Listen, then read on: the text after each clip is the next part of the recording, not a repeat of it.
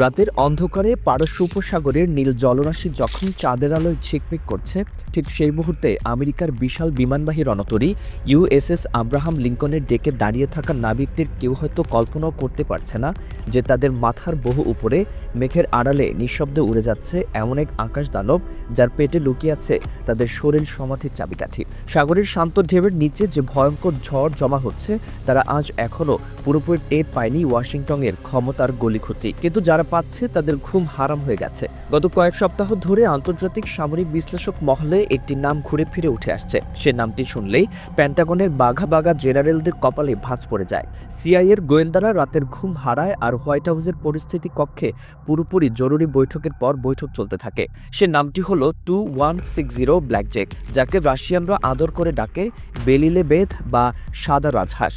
কিন্তু এই সুন্দর নামের আড়ালে লুকিয়ে আছে এমন এক মারণ ক্ষমতা যা বিশ্বের যে কোনো নৌবহরকে মুহূর্তের মধ্যে সাগরের তলদেশে পাঠিয়ে দিতে সক্ষম।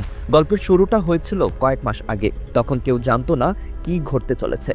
আন্তর্জাতিক সংবাদ মাধ্যমে হঠাৎ করে একটি খবর ভেসে এলো যা প্রথমে অনেকেই খুব একটা গুরুত্ব দেয়নি। খবরটা ছিল সহজ এবং সংক্ষিপ্ত। রাশিয়ার কয়েকটি বিশাল কার্গো বিমান অতি গোপনে ইরানের মাটিতে অবতরণ করেছে। স্যাটেলাইট ছবিতে দেখা গেছে তেহরানের কাছে একটি সামরিক বিমান ঘাঁটিতে রাশিয়ার অ্যান্টনভ AN-124, রুসলান এবং ইলিউশন IL-76 কার্গো বিমানগুলো সারিবদ্ধভাবে দাঁড়িয়ে আছে। কিন্তু সে বিমানগুলো ঠিক কি নামিয়ে দিয়ে গেল ইরানের মাটিতে, সে প্রশ্নের উত্তর তখন কারো কাছেই ছিল না। ইরান চুপ, রাশিয়া নীরব। কোনো পক্ষই আনুষ্ঠানিকভাবে মুখ খোলেনি। কূটনৈতিক মহলে নীরবতা নিয়ে জল্পনা কল্পনার ঝড় উঠেছিল ঠিকই, কিন্তু দিন কয়েক পর সে ঝড়ও থেমে গিয়েছিল। মানুষ ভুলে গিয়েছিল সে রহস্যময় কার্গো বিমানগুলোর কথা, কিন্তু যারা ভুলেনি তারা ছিল পশ্চিমা গোয়েন্দা সংস্থা। তারা নিঃশব্দে তাদের কাজ চালিয়ে যাচ্ছিল। আর ধীরে ধীরে তাদের সামনে যে ছবিটি ফুটে উঠেছিল সেটি হলো অত্যন্ত ভয়ঙ্কর। এখন সে ধাঁধার উত্তর মিলতে শুরু করেছে এবং সে উত্তর শুনে গোটা পশ্চিমা বিশ্বের মাথায় হাত। বিভিন্ন সূত্র থেকে প্রাপ্ত তথ্য এবং পশ্চিমা গোয়েন্দা সংস্থাগুলোর বিশ্লেষণ অনুযায়ী রাশিয়া ইরানকে সরবরাহ করেছে তাদের সবচেয়ে শক্তিশালী এবং ভয়ঙ্কর কৌশলগত বোমারু বিমান 2160 ব্ল্যাকজ্যাক। এই একটি খবরই আমেরিকার দশকের পর দশক ধরে গড়ে তোলা নৌ আধিপত্যকে প্রশ্নের মুখে ফেলে দিতে পারে। কিন্তু 2160 বিমানটি আসলে কি? কেন এই বিমানের নাম শুনলেই বিশ্বের সবচেয়ে শক্তিশালী সামরিক বাহিনীর নীতি নির্ধারকরা চিন্তিত হয়ে পড়েন? এই প্রশ্নের উত্তর জানতে হলে আমাদের একটু পেছনে ফিরে তাকাতে হবে, শীতল যুদ্ধের সেই উত্তাল দিনগুলোতে। 70-এর দশকের শেষ দিকে যখন আমেরিকা তাদের B-1 ল্যান্সার বোমারু বিমানের উন্নয়নে ব্যস্ত ছিল, তখন সোভিয়েত ইউনিয়নও বসেছিল না। তারাও তৈরি করতে শুরু করেছিল এমন একটি বিমান যা হবে বিশ্বের সবচেয়ে বড়, সবচেয়ে ভারী এবং সবচেয়ে দ্রুতগতির কৌশলগত বোমারু বিমান। সে স্বপ্নের ফসল হল 2160। 1981 সালে এই বিমানের প্রথম উড়ানো হয়েছিল এবং 1987 সালে এটি আনুষ্ঠানিকভাবে সোভিয়েত বিমান বাহিনীতে অন্তর্ভুক্ত হয়। এই বিমানের আকার এবং ক্ষমতা সত্যিই বিস্ময়কর। দৈর্ঘ্যে এটি 54 মিটারেরও বেশি, যা একটি অলিম্পিক সুইমিং পুলের চেয়েও লম্বা। এর ডানার বিস্তার সর্বোচ্চ 55 মিটার পর্যন্ত হতে পারে। সর্বোচ্চ টেক অফ ওজন প্রায় 275 টন, যা এটিকে বিশ্বের সবচেয়ে ভারী যুদ্ধ বিমানে পরিণত করেছে। কিন্তু শুধু আকারে এই বিমানের বিশেষত্ব সীমাবদ্ধ নয়। 2160 এর সবচেয়ে ভয়ঙ্কর দিক হলো এর গতি। এই বিমান শব্দের গতির দ্বিগুণেরও বেশি দ্রুত উঠতে পারে। সর্বোচ্চ গতি প্রতি ঘন্টায় 2200 কিলোমিটারেরও বেশি। এই গতিতে উড়ে গেলে শত্রুর বিমান প্রতিরক্ষা ব্যবস্থা অনেক সময় প্রতিক্রিয়া জানানোর সুযোগ পায় না। আর এই বিমানের পাল্লা প্রায় 12,000 কিলোমিটার, যা ইরানের মাটি থেকে উড়ে গিয়ে গোটা মধ্যপ্রাচ্য, ভারত মহাসাগর, এমনকি ইউরোপের বড় অংশকেও আক্রমণের আওতায় নিয়ে আসে। কিন্তু সবচেয়ে বড় আতঙ্কের বিষয় হলো এই বিমানের পেটে কি থাকে।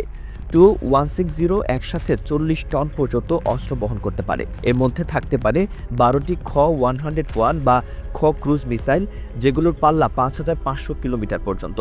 অর্থাৎ এই বিমান ইরানের আকাশসীমার ভেতর থেকেই মিসাইল ছুড়ে আমেরিকার দূর সাগরে ভাসমান যে কোনো জাহাজকে ধ্বংস করতে পারে। এছাড়া এই বিমান বহন করতে পারে খ-32 অ্যান্টিশিপ মিসাইল এবং সবচেয়ে ভয়ঙ্কর কিনজার-ঝাল হাইপারসনিক মিসাইল। কিনজার-ঝাল মিসাইলের কথা আলাদা করে বলতে হয়। এই মিসাইল শব্দের গতির 10 গুণ দ্রুত ছুটতে পারে।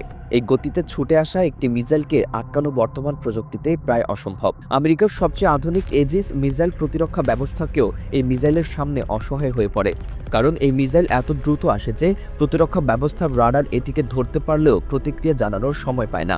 এখন কল্পনা করুন এমন একটি পরিস্থিতি। আমেরিকার বিমানবাহী রণতরী ইউএসএস আব্রাহাম লিঙ্কন পারস্য উপসাগরে টহল দিচ্ছে। জাহাজের ডেকে FA-18 সুপার হর্নেট যুদ্ধবিমানগুলো প্রস্তুত অবস্থায় দাঁড়িয়ে আছে। জাহাজের রাডার ব্যবস্থা সজাগ চোখে আকাশ ও সাগর নজরদারি করছে। নাবিকরা তাদের নিয়মিত দায়িত্ব পালন করছে। সবকিছু স্বাভাবিক মনে হচ্ছে, কিন্তু তারা জানে না যে তাদের মাথার বহু উপরে, প্রায় 15,000 মিটার উচ্চতায়, মেঘের অনেক উপরে একটি সাদা এজাজ নিঃশব্দে ডানা মেলে আছে।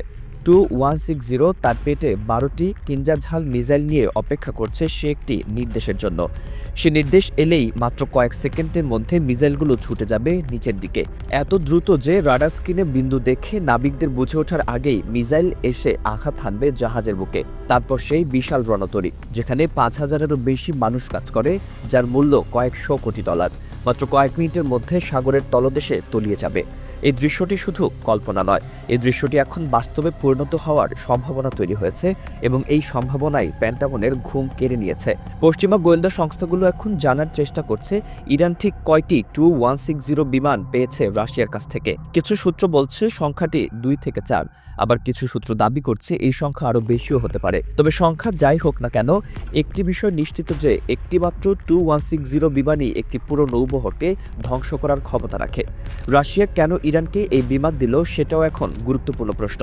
এই প্রশ্নের উত্তর খুঁজতে গেলে আমাদের দেখতে হবে বর্তমান বিশ্বের ভূ রাজনৈতিক চিত্রটি। ইউক্রেন যুদ্ধের পর থেকে রাশিয়া এবং পশ্চিমা বিশ্বের সম্পর্ক তলানিতে এসে ঠেকেছে। আমেরিকা এবং ন্যাটো রাশিয়ার বিরুদ্ধে অভূতপূর্ব নিষেধাজ্ঞা আরোপ করেছে। এই পরিস্থিতিতে রাশিয়া খুঁজছে এমন মিত্র যারা পশ্চিমা আধিপত্যকে চ্যালেঞ্জ করতে পারে, আর মধ্যপ্রাচ্যে ইরানের চেয়ে ভালো মিত্র রাশিয়ার কাছে আর কেউই বা হতে পারে। অন্যদিকে ইরানও দীর্ঘদিন ধরে আমেরিকার নিষেধাজ্ঞার চাপে পিষ্ট। ট্রাম্পের আমলে ইরান পারমাণবিক চুক্তি থেকে আমেরিকার বেরিয়ে যাওয়া এবং কাশেম সোলাইমানি হত্যার পর থেকে দুই দেশের সম্পর্ক চরম উত্তেজনাপূর্ণ। ইরান জানে যে আমেরিকা যে কোনো সময় তাদের উপর সামরিক হামলা চালাতে পারে, তাই তারাও হচ্ছে এমন অস্ত্র যা দিয়ে তারা আমেরিকাকে ভয় দেখাতে পারে, প্রয়োজনে পাল্টা আঘাত হানতে পারে। রাশিয়া এবং ইরানের এই স্বার্থের মিলনে তৈরি হয়েছে এক গোপন চুক্তি। রাশিয়া পাচ্ছে মধ্যপ্রাচ্যে আমেরিকাকে চাপে রাখার একটি হাতিয়ার, ইরান পাচ্ছে এমন এক প্রযুক্তি যা তাদের প্রতিরোধ ক্ষমতাকে বহুগুণে বাড়িয়ে দিয়েছে। দুই পক্ষেরই লাভ, কিন্তু এই লাভের হিসাবে সবচেয়ে বেশি ক্ষতি হচ্ছে আমেরিকার নৌবাহিনী দ্বিতীয় বিশ্বযুদ্ধের পর থেকে বিশ্বের সাগরগুলোতে অপ্রতিদ্বন্দ্ব আধিপত্য বজায় রেখেছে। তাদের 11টি বিমানবাহী রণতরী এবং শতাধিক ক্রুজার ও ডেস্ট্রয়ার সারা বিশ্বের সাগরে টহল দেয়। এই নৌবহরের শক্তি এতটাই প্রবল যে বেশিরভাগ দেশ সরাসরি সংঘর্ষে যাওয়ার কথা চিন্তাও করে না। কিন্তু 2160 এর আগমন এই সমীকরণটাই বদলে দিতে পারে। সামরিক বিশ্লেষকরা বলছেন আমেরিকার বিমানবাহী রণতরীগুলো এখন পর্যন্ত সাবমেরিন থেকে ছোড়া টর্পেডো এবং সাগর পৃষ্ঠ থেকে ছোড়া অ্যান্টিশিপ মিসাইলকে মোকাবেলা করার জন্য প্রস্তুত, কিন্তু 15,000 মিটার উচ্চতা থেকে ছুটে আসা একটি কিঞ্জাঝাল মিসাইলের মুখোমুখি তাদের কোনো কার্যকর প্রতিরক্ষা নেই। এই নতুন অস্ত্রের সামনে মার্কিন নৌবহরের দীর্ঘদিনের আধিপত্য যেন একটি তাসের ঘরের মতো ভেঙে পড়ার অপেক্ষায় রয়েছে, আর এই ভয়ঙ্কর অপেক্ষার মধ্যেই কেটে যাচ্ছে পারস্য উপসাগরের প্রতিটি রাত।